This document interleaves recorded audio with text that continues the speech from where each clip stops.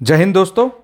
मैं रमाकांत जायसवाल स्वागत करता हूं आप सबका study with Rama YouTube channel पर। दोस्तों, आप सब जानते हैं कि हम क्या पढ़ रहे हैं, इंडियन पॉलिटी यानी भारतीय राज व्यवस्था को हम सब पढ़ रहे हैं। जो हमारा इंडियन पॉलिटी का लेक्चर है, आप जानते हैं कि यह हर एक एग्जाम के लिए लाभदायक है। आप किसी भी एग्जाम की प्रिपरेशन कर रहे हो, अगर आप कंपटीशन की तैयारी करते हैं, यानी जैसे कि आप मान लीजिए रेलवे की तैयारी कर रहे हो, आप एसएससी की तैयारी कर रहे हो, आप बैंकिंग की तैयारी कर रहे हो, यहाँ तक कि आप यूपी पीसीएस की तैयारी कर रहे हो, समीक्षा अधिकारी जिसको बोला जाता है ROARA यानी समीक्षा अधिकारी या सहायक समीक्षा अधिकारी की तैयारी कर रहे हो, तो हर एक एग्जाम के लिए यह लाभदायक है। आप वनडे के किसी भी एग्जाम की प्रिपरेशन कर रहे हो जिसमें इंडियन पॉलिटी यानी भारतीय राज्य व्यवस्था से क्वेश्चन पूछा जाता है, वह हर एक एग्जाम के लिए यह लाभदायक लेक्चर है हमारा। और आप जानते हैं कि हमने पिछले वीडियो में यहाँ तक की चीज़ों को पढ़ लिया था कि अंतरिम सरकार में कौन कौन सा मंत्रालय किस मंत्री के पास था, यानी किस व्यक्ति के पास था। आपको बताया गया था कि जो अंतरिम सरकार का गठन हुआ था यह 2 सितंबर को हुआ था। दोस्तों, यहाँ हमने बताया था ना कि यहाँ पे गलती दी गई है, अक्टूबर गलत है, यह हुआ था 2 सितंबर को हुआ था। तो हमने यहाँ तक की चीज़ों को, अंतरिम सरकार तक की चीज़ों को पढ़ लिया था। तो उम्मीद है दोस्तों कि जितने भी बच्चे पुराने होंगे उन्होंने यहाँ तक की चीज़ों को अच्छे से पढ़ लिया होगा और अपना रिवीजन भी कर रहे होंगे। और साथ ही साथ आप अपना टेस्ट पेपर भी सॉल्व करते रहें या जिस एग्ज़ाम की तैयारी कर रहे हैं। और जो लोग नए हैं वह वीडियो को एक क्रम यानी एक सीक्वेंस से देखने की कोशिश करें ताकि आपको चीज़ों को इंटरलिंक कर पाएँ। अगर आप एक वीडियो छोड़ के दूसरा पढ़ेंगे, तीसरा छोड़ के पांचवा पढ़ेंगे, तो आप चीज़ों को कोरिलेट नहीं कर पाएंगे यानी इंटरलिंक नहीं कर पाएंगे। तो जितने भी नए लोग चैनल से जुड़े हैं वह लोग वीडियो को एक क्रम से देखें। प्लेलिस्ट सबकी बना दी गई, इंडियन पॉलिटी की यानी भारतीय राज्य व्यवस्था की अलग प्लेलिस्ट है, और जो मॉडर्न हिस्ट्री हमारा जो आधुनिक भारत का इतिहास है उसकी भी एक अलग प्लेलिस्ट बनी हुई है। तो आप सभी क्रम से वीडियो को देखेंगे और चीज़ों को अच्छे से समझने की कोशिश करेंगे। तो चलिए दोस्तों, हम शुरू करते हैं अपना। आज हम पढ़ेंगे इसमें जो संविधान का सोर्स है, यानी आप जानते हैं कि जो हमारा संविधान है वह कई देशों से कुछ जो अच्छी अच्छी चीज़ें होती थी, मतलब जितने भी विश्व में देश थे वहाँ की जो अच्छी चीज़ें थी वहाँ से चीज़ों को ग्रहण करके हमारे देश का संविधान बना हुआ है। यानी जिस देश की अच्छी चीज़ें थी उसको हमने अपने संविधान में शामिल कर लिया अपने देश के कंडीशन के हिसाब से। तो आज हम पढ़ने वाले संविधान का सोर्स यानी कॉन्स्टिट्यूशन को बनाने के लिए जो सोर्स लिया गया था अलग अलग कंट्री से, उसको हम आज पढ़ने वाले। तो देखते हैं दोस्तों कि संविधान के सोर्स में किस देश से क्या चीज़ें ली गई है। चलिए तो देखते हैं, हम अपना शुरू करते हैं। आप सब बहुत ध्यान से वीडियो को सुनेंगे और चीज़ों को नोट डाउन करते चलेंगे। तो देखिए, हम जानते हैं कि भारतीय संविधान के जो अधिकांश उपबंध है दोस्तों, और भारत शासन अधिनियम 1935 और विश्व के कई देशों के संविधान से लिया गया है। यानी हमारे देश का जो संविधान बना है, जो हमारा कॉन्स्टिट्यूशन बना है, इसको जो बनाया गया है, इसमें जानते हैं जो 1935 का एक्ट आया था, यानी 1935 का जो अधिनियम आया था अंग्रेजों के समय से, बहुत हद तक कुछ प्रावधान तो उसी से ले लिए गए। यानी 1935 का जो एक्ट आया था उस एक्ट के जो महत्वपूर्ण प्रावधान थे, जो अच्छे प्रावधान थे, उसको शामिल कर लिया गया। और विश्व के जो देशों में संविधान, जिन देशों के अपने अपने संविधान थे, उनकी अच्छी बातों को इस देश के संविधान में शामिल किया गया है। इसलिए जानते हैं आप कि भारत का संविधान सबसे बड़ा लिखित संविधान है।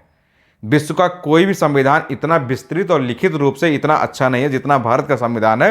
यह सबसे बृहद संविधान है, वो भी लिखित रूप में यानी रिटर्न फॉर्म में यह चीज़ें दी गई हैं। तो देखते हैं हम सबसे पहले संविधान के सोर्स की अगर हम बात करें, देखते हैं देश से क्वेश्चन क्या बनता है एग्जाम में। तो चलिए हम देखते हैं संयुक्त राज्य अमेरिका की बात करते हैं। यानी जो USA है, आप जानते हैं ना, संयुक्त राज्य अमेरिका का मतलब America, USA United states of America. संयुक्त राज्य अमेरिका का मतलब होता है USA यानी यूनाइटेड स्टेट्स ऑफ अमेरिका।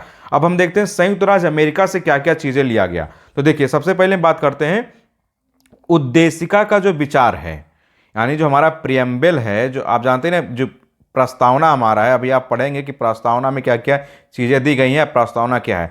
तो इसी उद्देशिका का जो विचार है यानी जो प्रियम्बल है वह कहाँ से लिया गया है, संयुक्त राज्य अमेरिका से लिया गया है। यह क्वेश्चन बहुत पूछा गया है कि जो प्रियम्बल यानी उद्देशिका का जो विचार है वह कहाँ से लिया गया है। तो यह कहाँ से लिया गया दोस्तों, USA से लिया गया। और क्या लिया गया दोस्तों, न्यायिक पुनर्विलोकन यानी जुडिशियल रिव्यू की जो शक्ति है वह भी कहाँ से लिया गया है, संयुक्त राज्य अमेरिका से।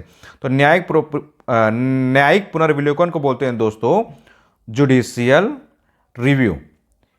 यानी जो, जैसे आप जानते हैं नहीं कि मान लीजिए कि मद्रास हाई कोर्ट हुआ, जैसे मान लीजिए अभी उत्तर प्रदेश का जो उच्च न्यायालय जैसा इलाहाबाद हाई कोर्ट हुआ है, ये जो अपना डिसीजन दे देती है उस पर सुप्रीम कोर्ट क्या करता है। मान लीजिए किसी केस में इन्होंने वर्डिक्ट दे दिया, अब उस वर्डिक्ट की जांच कौन करता है? Supreme court. इसी को बोला जाता है न्यायिक पुनर्विलोकन, यानी जुडिशियल रिव्यू की शक्ति को कहां से लिया गया है? संयुक्त राज्य अमेरिका।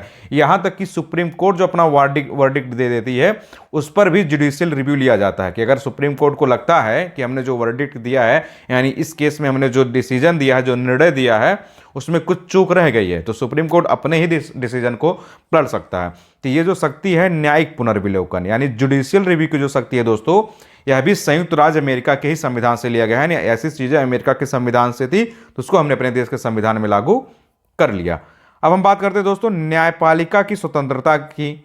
आप जानते हैं हमारे यहाँ हाई कोर्ट को अलग प्रोविजन शक्तियां दी गई हैं, सुप्रीम कोर्ट की भी अपनी कुछ शक्तियां होती हैं। यानी इसी तरह यानी ये जो न्यायपालिका की जो स्वतंत्रता की शक्ति थी, यह भी हमने कहां से लिया गया है? यह भी हमने संयुक्त राज्य अमेरिका के संविधान से लिया है। यानी जो यूएसए का संविधान है, वहां के संविधान से हमने दोस्तों क्या लिया है? न्यायपालिका की स्वतंत्रता। यानी हाई कोर्ट के भी कुछ अपने शक्तियां हैं और सुप्रीम कोर्ट के भी कुछ अपनी शक्तियां हैं। ये सब चीजें हमने कहां से ली है? यूएसए के संविधान से लिया है। और हमने वहां से क्या लिया दोस्तों? देखिए, मूल अधिकार और उपराष्ट्रपति का पद, यानी जो फंडामेंटल राइट्स आप पढ़ते हैं दोस्तों, मूल अधिकार यानी फंडामेंटल राइट्स की हम बात करें, और उपराष्ट्रपति का आप जो पद देखते हैं, आप जानते हैं कि भारत में जो उपराष्ट्रपति है वह क्या होता है? राज्यसभा का सभापति होता है। यानी इस हमारे देश में जो भारत का जो उपराष्ट्रपति होता है, जो वाइस प्रेसिडेंट होता है, वह राज्यसभा का भी सभापति होता है। तो ये उपराष्ट्रपति का जो पद हुआ, यानी ये जो टर्म हुआ, यह भी हमने कहां से लिया है दोस्तों? यूएस से, यानी संयुक्त राज्य अमेरिका के संविधान से लिया है। अब मूल अधिकारों की हम बात करते हैं, जानते हैं कि ना, सबसे अच्छा अधिकार हमारा क्या? मूल अधिकार, यानी फंडामेंटल राइट्स का जो प्रावधान है दोस्तों, वह भी यूएसए के संविधान से लिया गया है, यानी संयुक्त राज्य अमेरिका के ही संविधान से लिया गया है। और ये राष्ट्रपति पर जो महाभियोग लगाया जाता है दोस्तों, यह कहां से लिया गया है? तो यह भी संयुक्त राज्य अमेरिका के ही संविधान से लिया गया है। यानी राष्ट्रपति पर जो महाभियोग लगाया जाता है, यानी जो इम्पीचमेंट की प्रक्रिया होती है दोस्तों, आप जानते हैं राष्ट्रपति को कैसे हटाया जाता है? महाभियोग के द्वारा। यानी राष्ट्रपति पे जो महाभियोग लगाया जाता है, जो इम्पीचमेंट की प्रक्रिया होती है दोस्तों, वहां से कहां से लिया गया है? तो वह भी संयुक्त राज्य अमेरिका के ही संविधान से लिया गया है। तो दोस्तों आप इसको बहुत अच्छे से याद रखिएगा, एकदम चीज़ों को रट लिए गया है, क्योंकि एग्जाम में सीधे सीधे दे दिया जाता है। मैचिंग वाले क्वेश्चन में क्या करता है? जैसे 4 तरह के ऑप्शन दे देगा, 4 तरह के, और मैचिंग कराने के लिए दिया देगा कि न्यायिक पुनर्विलोकन यानी जुडिशियल रिव्यू की शक्ति आयरलैंड से लिया गया, कि ब्रिटेन से लिया गया, कि यूएसए से लिया गया है। या कभी कभी ऐसे पूछ लिया दिया जाता है कि निम्नलिखित में से कौन सी शक्ति या कौन से प्रावधान ब्रिटेन के संविधान से या यूएसए के संविधान के, संयुक्त राज्य अमेरिका के संविधान से लिया गया है। तो उनमें से कोई एक दे देगा और उनमें से वही एक सही होगा। अगर आप चीज़ों को रटे होंगे, समझे होंगे, तभी आप चीज़ों को सही कर पाएंगे, नहीं तो आप वहाँ कन्फ्यूजन कर जाएंगे दोस्तों। अब हम बात करते हैं दोस्तों, देखिए कनाडा के संविधान से क्या लिया गया है। जो कनाडा का संविधान है, देखिए दोस्तों वहाँ से क्या क्या प्रावधान लिया गया है, आप उसको भी देख लीजिए। तो देखिए कनाडा से दोस्तों क्या लिया गया? सशक्त केंद्र के साथ संघीय व्यवस्था का प्रावधान। आप जानते हैं हमारे यहाँ संघीय व्यवस्था यानी हमारे यहाँ फेडरल सिस्टम, आप जानते हैं ना कि राज्यों में कौन होता है? मुख्यमंत्री होता है, यानी चीफ मिनिस्टर होता है। और भारत में कौन होता है? जानते हैं, प्रधानमंत्री होता है, यानी प्राइम मिनिस्टर होता है। यानी राज्यों को भी अलग शक्तियां दी गई और केंद्र की भी अपनी अलग अलग शक्ति है। तो सशक्त केंद्र के साथ ही संघीय व्यवस्था। तो आप जानते हैं कि भारत के पूरे राज्यों में सशक्त कौन है? भारत सरकार के जो प्रावधान होते हैं, जो अधिनियम होते हैं, वो अंत में राज्य विधानमंडलों के प्रावधान पर लागू हो जाते हैं। मतलब अगर राज्य विधानमंडल, मान लीजिए बिहार राज्य विधानमंडल ने कोई प्रोविजन बनाया, उसकी संसद ने मतलब राज्य विधानमंडल ने कुछ प्रोविजन बनाया, अब मान लीजिए पार्लियामेंट यानी देश की संसद ने कोई प्रावधान बनाया, तो इसके प्रावधान के ऊपर ये देश की यानी संसद की प्रावधान लागू हो जाएगी राज्य विधानमंडलों के ऊपर। तो इसी तरह देखिए दोस्तों, इसका मतलब क्या हुआ? सशक्त केंद्र के साथ संघीय व्यवस्था। मतलब हमारे यहाँ फेडरल सिस्टम है कि राज्य सरकारों को भी एक मुख्यमंत्री होता है जो जनता चुनती हुआ शासन चलाता है। इसी तरह भारत का सरकार जो चलाता है, भारत का शासन जो चलाता है, वो प्रधानमंत्री होता है। यानी केंद्र को सशक्त बनाया गया। ऐसी शक्ति कहां से ली गई है दोस्तों? तो यह कनाडा के संविधान से ली गई है। और देखिए कनाडा के संविधान से क्या लिया गया है? केंद्र के द्वारा राज्यपालों की नियुक्ति। आप जानते हैं ना कि हर राज्य का एक राज्यपाल होता है, यानी एक गवर्नर होता है। आप जानते हैं बिहार के अलग गवर्नर हैं, उत्तर प्रदेश के अलग गवर्नर हैं। आप कमेंट में दोस्तों जो जिस राज्य का होगा वह जरूर बताएगा कि उत्तर प्रदेश के कौन है, अपने अपने राज्य का राज्यपाल बताएंगे। तो ये जो राज्यपाल की जो नियुक्ति की जाती है, मतलब राज्यपाल को अपॉइंट कौन करेगा, या करेगा कौन? केंद्र। यानी केंद्र सरकार ही राज्यपालों की नियुक्ति करेगा। ऐसी शक्ति कहां से ली गई है दोस्तों? तो यह भी लिया गया है कनाडा के ही संविधान से लिया गया है कि केंद्र ही राज्यपालों को नियुक्त करेगा, यानी उनको अपॉइंट करेगा। और हम देखते हैं दोस्तों, उच्चतम न्यायालय यानी सुप्रीम कोर्ट का परामर्शी न्याय निर्णय यह कहां से लिया गया है दोस्तों? तो यह भी कहां से लिया गया है? कनाडा के संविधान से। यानी हमारे देश का जो उच्चतम न्यायालय यानी जो सुप्रीम कोर्ट है वह परामर्शी मतलब एडवाइजर के रूप में भी जो मतलब सलाहकारी रूप में जो न्याय निर्णय देता है, उसकी शक्ति कहां से ली गई दोस्तों? तो यह भी कहां से लिया गया है? कनाडा के संविधान से लिया गया है। और अवशिष्ट शक्तियां किसमें निहित होंगी? केंद्र में निहित होगी। यह प्रावधान कहां से लिया गया दोस्तों? यह भी कनाडा के संविधान से लिया गया। आप जानते हैं 3 तरह मतलब शक्ति होती है, एक संघ शक्ति, ये राज्य शक्ति, एक होती है समवर्ती सूची। 3 तरह की सूचियां होती है ना, संघ सूची, राज्य सूची, समवर्ती सूची। तो जो राज्य सूची के विषय वो राज्य सूची में डाल दिया जाता है, जो संघ सूची के विषय वो संघ सूची में डाल दिया जाता है, और जो दोनों में आता है वो समवर्ती सूची में डाल दिया जाता है। लेकिन कुछ अवशिष्ट शक्तियां होती, कुछ ऐसी शक्तियां होती जो किसी में भी नहीं डाला जा सकता है, तो वह किसके अंदर निहित होती है? वह केंद्र यानी सेंटर के अधीन होती है। यह इस तरह का प्रावधान कहां से लिया गया दोस्तों? तो यह भी कनाडा के संविधान से लिया गया है। इसको बोला जाता है रेजिडुअल पावर्स, मतलब जो अवशिष्ट शक्तियां हैं वो किसके अंदर निहित होंगी दोस्तों? वह केंद्र के अंदर निहित होगी। तो इसका जो प्रावधान लिया गया है यानी ऐसी जो प्रोविजन ली गई है दोस्तों, कहां से लिया गया है? कनाडा के संविधान से लिया गया है कि अवशिष्ट शक्तियां किसमें निहित होंगी दोस्तों? केंद्र में निहित होंगी। आप जितने भी लोग हैं आप अपना रिवीजन करते रहिएगा और अपना प्रैक्टिस करते रहेंगे। आप जानते हैं कि मैं अपने हर एक लेक्चर में इस बात पे बहुत जोर देता हूं कि आप रिवीजन और प्रैक्टिस कभी भी मत छोड़िएगा दोस्तों, अगर आप सेलेक्ट होना चाहते हैं किसी भी एग्जाम में।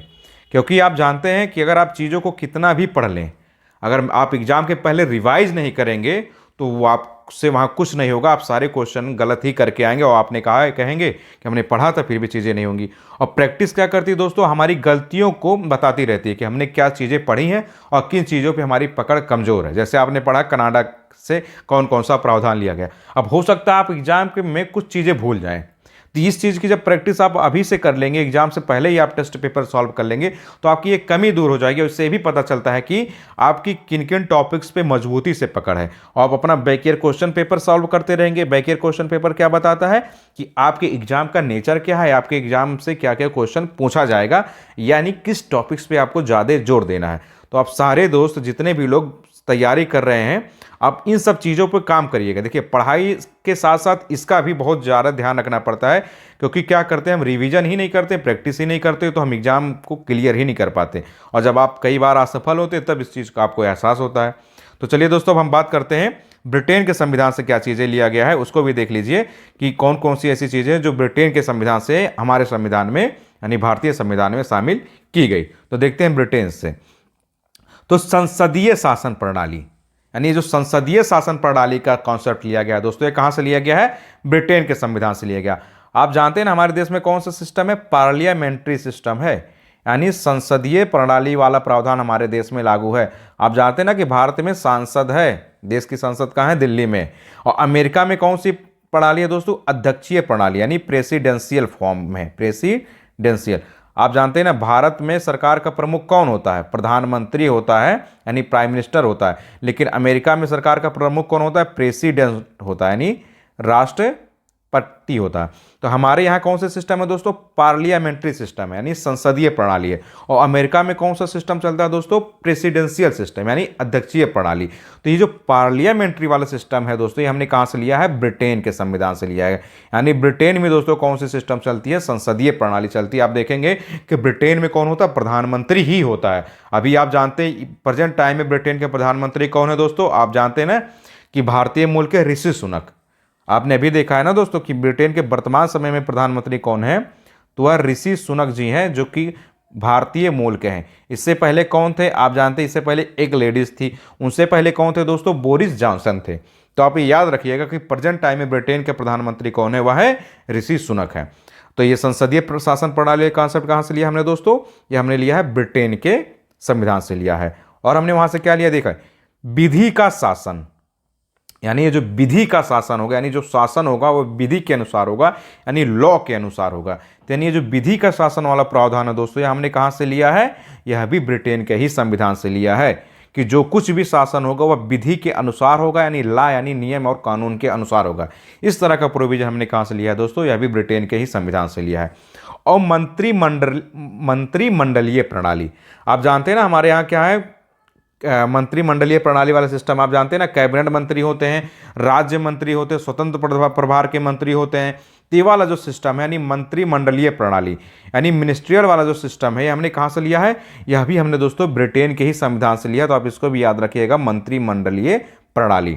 अब हम बात करते हैं एकल नागरिकता यानी सिंगल सिटीजनशिप का प्रावधान हमने कहाँ से लिया है दोस्तों? तो यह भी हमने ब्रिटेन के संविधान से लिया है। आप जानते हैं ना कि भारत में सिंगल सिटीजनशिप है। हमारे यहाँ जो नागरिक होता है वह भारत का नागरिक बोला जाता है, किसी राज्य का नागरिक नहीं बोला जाता है। जैसे मान लीजिए मैं उत्तर प्रदेश का हूँ, तो हमारी जो आप देखेंगे जो निर्वाचन कार्ड बनता है उसमें लिखा होता है ना भारत निर्वाचन आयोग। तो हमारी जो नागरिकता होती है, हम किसी देश में जब जाते हैं तो हम भारत के तौर पे जाने जाते हैं। हमारे यहाँ सिर्फ सिंगल सिटीजनशिप वाला कॉन्सेप्ट चलता है। लेकिन अमेरिका में ऐसा नहीं है दोस्तों। अमेरिका में दोहरी सिस्टम वाली सिस्टम चलती है, वहाँ दोहरी नागरिकता होती है। मतलब अमेरिका आप जानते हैं ना दोस्तों, कई राज्यों का संघ मिलाकर अमेरिका बनाए, इसीलिए उसका नाम है यूएसए यानी United states of America. America में आप जानते हैं ना यूएसए जो है उसको कई राज्यों को मिलाकर वो अलग बना है। तो यूएसए में आप जानते हैं ना जो राज्य होते हैं, लगभग 50 या 52 राज्य है दोस्तों। तो वहां का जो नागरिक होता है तो सबसे पहले उस राज्य का नागरिक होता है और यूएसए का अलग नागरिक होता है। यानी अमेरिका में दोहरी नागरिकता इस तरह से हो जाती है। जैसे हमारे यहाँ जानते हैं आप 28 राज्य हैं, यूपी है, बिहार है, एमपी है। तो हमारे यहाँ आप एमपी और बिहार की राज्य नागरिकता नहीं बोले जाएंगे कि आप ये नहीं होगा कि आपने यूपी में जन्म लिया है तो आप यूपी के नागरिक बोलेंगे, नहीं। हमारे यहाँ सिर्फ एक ही नागरिकता है, सिंगल सिटीजनशिप चलता है, एकल नागरिकता का प्रावधान कि आप भारत के नागरिक हैं। लेकिन अमेरिका में क्या है दोस्तों, वहां जिस राज्य में आपने जन्म लिया है उस राज्य के भी नागरिक होंगे। जैसे मान लीजिए कैलिफोर्निया, आप वहां के भी नागरिक हो गए और आप यूएसए यानी संयुक्त राज्य अमेरिका के भी नागरिक माने जाएंगे, दोहरी नागरिकता। तो आप इसको भी याद रखिए कि दोहरी नागरिकता वाली कॉन्सेप्ट क्या है, भारत में क्या है, सिंगल सिटीजनशिप वाला कॉन्सेप्ट चलता है दोस्तों। तो आप इसको याद रखिएगा। और हम देखते हैं दोस्तों ब्रिटेन से क्या लिया गया है, द्विसदनीय प्रणाली यानी जो द्विसदनीय वाली सिस्टम है। आप ये भी कहां से लिया गया, ब्रिटेन से। आप देखते हैं ना हमारे यहाँ दो तरह के सदन है, लोकसभा और राज्यसभा। पार्लियामेंट हमारी जो संसद है उस पार्लियामेंट में आप देखते हैं ना लोकसभा भी है और राज्यसभा भी है। तो यह द्विसदनीय प्रणाली को कहां से लिया गया है दोस्तों, यह भी ब्रिटेन के ही संविधान से लिया गया है। यानी लोकसभा और राज्यसभा आप जानते हैं ना दो तरह के सांसद होते हैं, एक लोकसभा से जो चुन के आते हैं, एक जो राज्यसभा से चुन के आते हैं। तो यह भी कहां से लिया गया, कॉन्सेप्ट लिया गया दोस्तों, यह ब्रिटेन के संविधान से लिया गया है। और विधायी प्रक्रिया यानी ये जो लेजिस्लेचर वाला प्रोसेस है दोस्तों, यह भी कहां से लिया गया है, यह भी ब्रिटेन के संविधान से लिया गया। तो आप इसको भी याद रखिएगा कि विधायी प्रक्रिया को कहां से लिया गया है, तो यह भी ब्रिटेन के ही संविधान से लिया गया है। हम बात करते हैं संसदीय विशेषाधिकार की, तो यह कहां से लिया गया दोस्तों, यह भी ब्रिटेन के ही संविधान से लिया गया है। आप देखते हैं ना सांसदों को कुछ विशेषाधिकार दिया गया है और लोकसभा और राज्यसभा के भी कुछ अपने विशेषाधिकार हैं, उनके कुछ अपने नियम होते हैं, उनके कुछ रूल और रेगुलेशन होते हैं। अगर आप सांसद उसका वायलेशन करते हैं तो आप देखते हैं कभी उनको सदन से निष्कासित कर दिया जाता है, कभी उनको सस्पेंड कर दिया जाता है। तो यानी जो संसदीय विशेषाधिकार है यानी ये पार्लियामेंट को जो विशेषाधिकार दिया गया है, यह भी कहाँ से लिया गया है, ब्रिटेन के संविधान से लिया गया। इसी तरह आप देखते हैं कि सांसदों को भी कुछ विशेषाधिकार मिले हुए हैं, यह कहाँ से लिया गया दोस्तों, यह ब्रिटेन के संविधान से लिया गया। और परमाधिकार लेख का कॉन्सेप्ट कहाँ से लिया गया दोस्तों, तो यह भी ब्रिटेन के संविधान से ही लिया गया है। तो दोस्तों ये जो इतने भी चीज़ें दी गई हैं कि ब्रिटेन के संविधान से क्या लिया गया है, आप इसको अच्छे से याद रखिएगा क्योंकि एग्जाम में बहुत बड़ी मात्रा में कन्फ्यूजन हो जाता है। तो आप चीज़ों को 3-4 बार अगर आप वीडियो को देख लेंगे और अपने नोट्स खुद बना लेंगे, इसको बार बार रिवाइज करते रहेंगे, प्रैक्टिस करते रहेंगे, तो चीज़ें आपको याद हो जाएगी। देखिए दोस्तों एक बार में चीज़ें नहीं याद होती है, ये सिर्फ आपके साथ नहीं है, इस सबके साथ है। जितने भी बच्चे स्टार्टिंग में तैयारी करते हैं शुरुआत में, उनको नहीं समझ में आता आसानी से, एक बार में किसी को नहीं याद होता है। कुछ अपवाद होते हैं, आप उनकी बात मत करिएगा क्योंकि आप जानते हैं अपवाद में अपवादी वाले आते हैं। बड़ी संख्या जो होती है, मेजॉरिटी जो होती है, उनको एक बार में चीज़ें नहीं समझ में आती। तो आप क्या करेंगे, बार बार इसको नोट डाउन करते चलेंगे, रिवीजन करते चलेंगे, प्रैक्टिस करते रहेंगे, तो आपको चीज़ें याद हो जाएंगी कि किस देश से क्या क्या संविधान लिया गया है। अब हम बात करते हैं दोस्तों कि आयरलैंड के संविधान से क्या लिया गया है। आपने देख लिया कि अभी यहाँ से क्या लिया गया ब्रिटेन, अब हम देखते हैं दोस्तों कि आयरलैंड के संविधान से क्या प्रावधान लिया गया है। तो देखिए नीति निदेशक तत्व यानी डीपीएसपी का जो कॉन्सेप्ट आप पढ़ेंगे अभी दोस्तों, डीपीएसपी के बारे में आप आगे पढ़ेंगे अभी कि डीपीएसपी का क्या है। राज्य की जो नीति निदेशक वाले सिद्धांत या कहां से लिया गया दोस्तों, यह आयरलैंड के संविधान से लिया गया है। यानी ये नीति निदेशक तत्व वाला कॉन्सेप्ट डीपीएसपी, अभी आप इतना याद रखिएगा कि डीपीएसपी को कहां से लिया गया है दोस्तों, तो आयरलैंड के संविधान से लिया गया है। और राष्ट्रपति की जो निर्वाचन पद्धति है, यानी हमारे यहाँ जो राष्ट्रपति का निर्वाचन किया जाता है, इसकी जो पद्धति है, यानी इसका जो प्रणाली है, इसका जो सिस्टम है, वह भी दोस्तों कहाँ से लिया गया है? तो वह आयरलैंड के संविधान से लिया गया है। आप जानते हैं ना, हमारे देश में राष्ट्रपति का जो निर्वाचन होता है, प्रेसिडेंट का जो निर्वाचन होता है, उसके लिए एक सिस्टम बना हुआ है, यानी एक प्रणाली बनी है। इसको मैं किसी अलग वीडियो में दोस्तों आपको अच्छे से बताऊंगा कि राष्ट्रपति का निर्वाचन कैसे होता है, क्योंकि जानते हैं ये लगभग 1 घंटे का कॉन्सेप्ट है। अगर आपको अच्छे से राष्ट्रपति का निर्वाचन समझना है तो यह लगभग 1 घंटे का कॉन्सेप्ट है। इसको 2 मिनट 3 मिनट में चीज़ों को नहीं बताया जा सकता।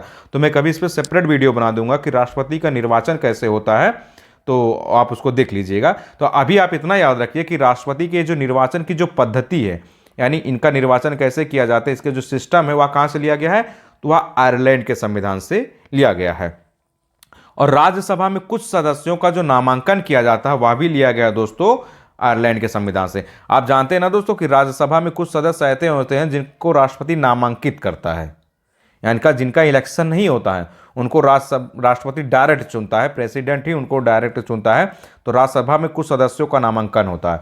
आप कमेंट बॉक्स में बताइएगा कि राज्यसभा में कितने सदस्यों का नामांकन होता है। अगर आप जवाब नहीं दे पाएंगे दोस्तों तो मैं अपने अगले वीडियो में जरूर बता दूंगा। आप गूगल करिएगा, आप चीज़ों को खुद सर्च करते रहिए, नहीं तो आगे तो आप पढ़ेंगे ही कि राज्यसभा में कितने सदस्यों का नामांकन होता है। तो राज्यसभा में कुछ सदस्यों को जो नामांकन किया जाता है दोस्तों, यह कॉन्सेप्ट कहाँ से लिया गया है? तो यह लिया गया है आयरलैंड के संविधान से। आप इसको अच्छे से याद रखिएगा कि आयरलैंड के संविधान से क्या क्या चीज़ें ली गई है। सीधे सीधे क्वेश्चन बन जाएगा, तो आप गलती करके वहाँ आएंगे तो आपसे गलती नहीं होनी चाहिए। आप अभी से देख लीजिए। अब हम बात करते हैं दोस्तों दक्षिण अफ्रीका, जो हमारा साउथ अफ्रीका है। आप जानते हैं ना, अफ्रीका वाला जो नक्शा आप देखेंगे, जो मैप देखेंगे, तो सबसे नीचे है दक्षिण अफ्रीका। तो दक्षिण अफ्रीका से देखिए दोस्तों क्या क्या लिया गया? संविधान संशोधन की जो प्रक्रिया है वह कहाँ से लिया गया? बहुत इंपॉर्टेंट दोस्तों है कि जो संविधान संशोधन की प्रक्रिया है कहाँ से लिया गया? दक्षिण अफ्रीका से लिया गया। आप जानते हैं ना कि कॉन्स्टिट्यूशन जो हमारा है उसका संशोधन भी किया जा सकता है, यानी संविधान का संशोधन किया जा सकता है, लेकिन इसके संशोधन करने की प्रोसेस क्या होगी, यानी प्रक्रिया क्या होगी, इसका जो प्रोसेस होता है, यानी जो प्रक्रिया होता है, यह कहाँ से लिया गया? दक्षिण अफ्रीका के संविधान से लिया गया है। क्योंकि दक्षिण अफ्रीका के संविधान में चीज़ें अच्छी थी, इसलिए हमने वहाँ से चीज़ों के लिए लिया। यानी संविधान का जो संशोधन किया जाता है उसके लिए एक प्रक्रिया है। आप आगे पढ़ेंगे कि संविधान का संशोधन कैसे किया जाता है। आप अभी इतना याद रखिए कि संविधान का जो संशोधन की प्रक्रिया है, यानी इसको संशोधित करने के लिए संविधान को जो प्रोसेस होती है वह कहाँ से लिया गया है दोस्तों? वह लिया गया है दक्षिण अफ्रीका के संविधान से लिया गया है, यानी साउथ अफ्रीका के संविधान से लिया गया। तो आप इसको भी बहुत अच्छे से दोस्तों याद रखिएगा। अब देखिए, राज्यसभा के सदस्यों का जो निर्वाचन होता है, आप जानते हैं ना कि राज्यसभा के सदस्यों का निर्वाचन होता है, लोकसभा के सदस्यों का निर्वाचन होता है, लेकिन आप यहाँ इतना सिर्फ ध्यान रखिए कि राज्यसभा के सदस्यों का जो निर्वाचन होता है, इसका कॉन्सेप्ट कहाँ से लिया गया है? तो अभी लिया गया दक्षिण अफ्रीका यानी साउथ अफ्रीका के संविधान से लिया गया है। तो अगर यहाँ बात की जाए कि राज्यसभा के जो सदस्यों का जो निर्वाचन होता है दोस्तों, इसका प्रावधान कहाँ से लिया गया है? तो यह लिया गया है दक्षिण अफ्रीका यानी साउथ अफ्रीका से लिया गया है। इस फैक्ट को भी आप याद रखिएगा, क्योंकि बहुत बड़ी मात्रा में क्वेश्चन आता है और सीधे सीधे आपको नंबर ये दे जाते हैं। बस आपको चीज़ें याद होनी चाहिए। अब हम दोस्तों देखिए जापान के संविधान से क्या लिया गया है? विधि द्वारा स्थापित प्रक्रिया, यानी जो विधि द्वारा स्थापित प्रक्रिया है उसको कहाँ से लिया गया है दोस्तों? वह लिया गया है जापान के संविधान से। तो आप इसको बस एक ही देखिए, दिया गया है दोस्तों कि विधि द्वारा स्थापित प्रक्रिया, उसको कहाँ से लिया गया है? वह लिया गया है जापान के संविधान से। तो आप इसको याद रखिएगा कि जापान के संविधान से क्या लिया गया है? विधि द्वारा स्थापित प्रक्रिया को लिया गया है। तो आप बहुत ही इंपॉर्टेंट है।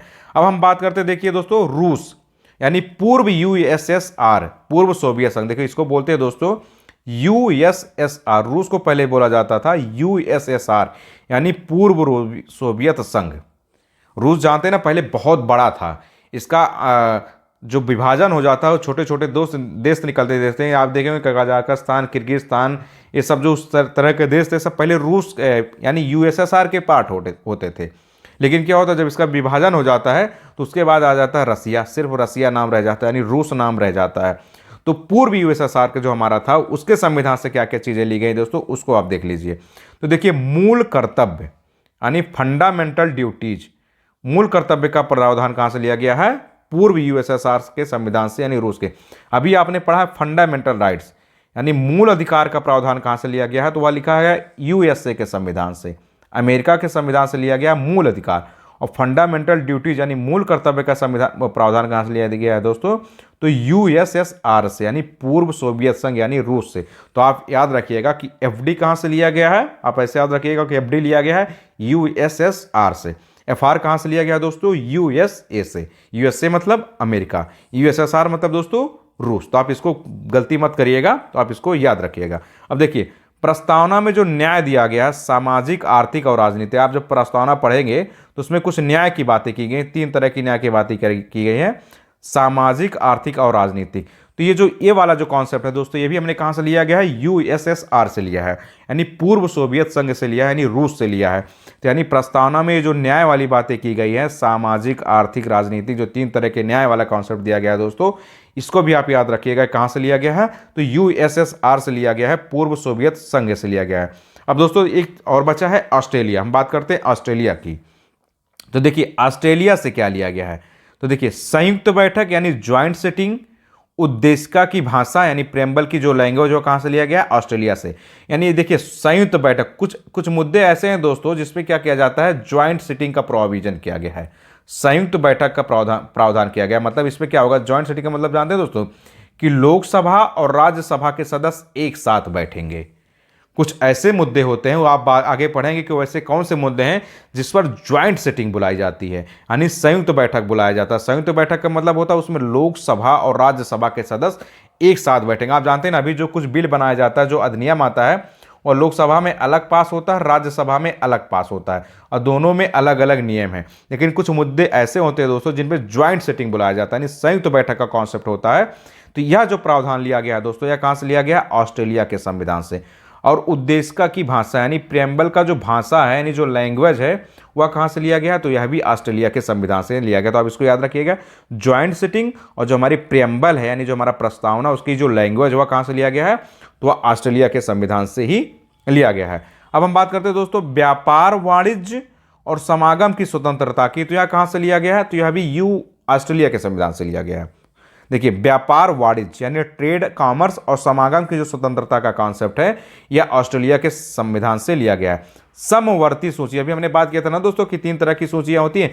तो जो समवर्ती सूची यानी जिसको हम बोलते हैं कनकरेंट लिस्ट, जो समवर्ती सूची का प्रावधान है दोस्तों, आप जानते हैं कहां से लिया गया है, ऑस्ट्रेलिया के संविधान से लिया गया है। तो आप इसको याद रखिएगा, कनकरेंट लिस्ट यानी समवर्ती सूची का जो कॉन्सेप्ट है वह लिया गया ऑस्ट्रेलिया के संविधान से। तो यहाँ पे जितने भी दिया गया है दोस्तों, अभी हमने तक क्या पढ़ा है दोस्तों कि हमारे संविधान का जो सोर्स है, यानी हमारा जो संविधान बना है, उसमें आपने देखा ना कि कुछ प्रावधान तो 1935 के अधिनियम से लिए गए हैं, और कुछ प्रावधान ऐसे हैं जो कई देशों के संविधान से लिए। तो आपने दोस्तों देख लिया कि यूएसए के संविधान से क्या लिया गया है, कनाडा के संविधान से क्या क्या चीज़ें लिया गया है, ब्रिटेन के संविधान से क्या लिया गया है, साउथ अफ्रीका के संविधान से क्या लिया गया है, जापान के संविधान से क्या लिया गया है, यूएसएसआर यानी रूस के संविधान से क्या लिया गया है, और ऑस्ट्रेलिया के संविधान से क्या लिया गया है। तो आपने यहाँ तक की चीज़ों को बहुत अच्छे से देख लिया दोस्तों।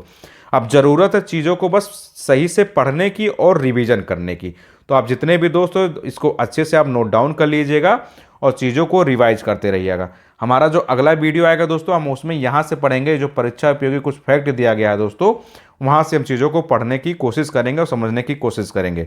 तो चलते चलते दोस्तों बस आपसे छोटा सा एक निवेदन कि आप हमारे YouTube channel study with Rama, इसको सब्सक्राइब कर लीजिएगा, और आपके जो भी दोस्त या भाई बहन किसी भी कंपटीशन की तैयारी कर रहे हो, किसी भी एग्ज़ाम की तैयारी कर रहे हो, उन तक वीडियो को शेयर कर देंगे ताकि उनको भी लाभ मिले और वो भी अपनी तैयारी को मजबूती प्रदान कर सकें। तो आप सारे दोस्तों से बस छोटा सा निवेदन कि जो भी आपके दोस्त हो, भाई बहन हो, जो प्रतियोगी परीक्षा की तैयारी करते हो, किसी भी करते हो, SSC, banking, railway, UP PCS, समीक्षा अधिकारी, सहायक समीक्षा अधिकारी, जिसकी भी करते हो उन तक आप वीडियो को शेयर कर दीजिएगा। बस आप सबसे एक छोटा सा निवेदन है। तो बहुत बहुत धन्यवाद दोस्तों वीडियो को देखने के लिए। आप लोग पढ़ते रहिए और स्वस्थ रहिए। मिलते हैं फिर नेक्स्ट वीडियो में। जय हिंद माय डियर फ्रेंड।